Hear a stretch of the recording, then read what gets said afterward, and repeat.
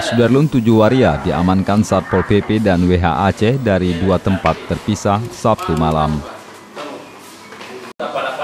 6 diantaranya diamankan di Simpang Surabaya dan 1 lainnya di Simpang 5, Banda Aceh.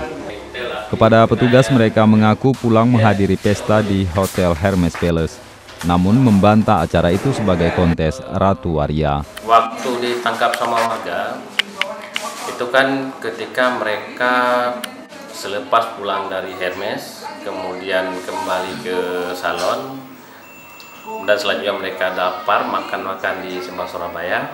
Nah, disitulah ditangkap.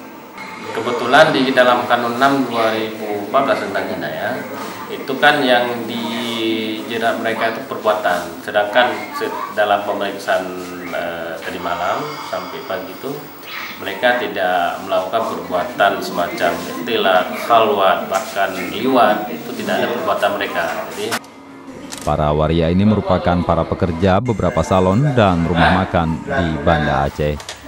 Petugas mengaku hanya bisa menjerat mereka dengan Perda Nomor 5 Tahun 2000 karena berkelakuan tidak sesuai syariat Islam dan kearifan lokal Aceh. Dari Banda Aceh, Budi Patria, Serambion TV.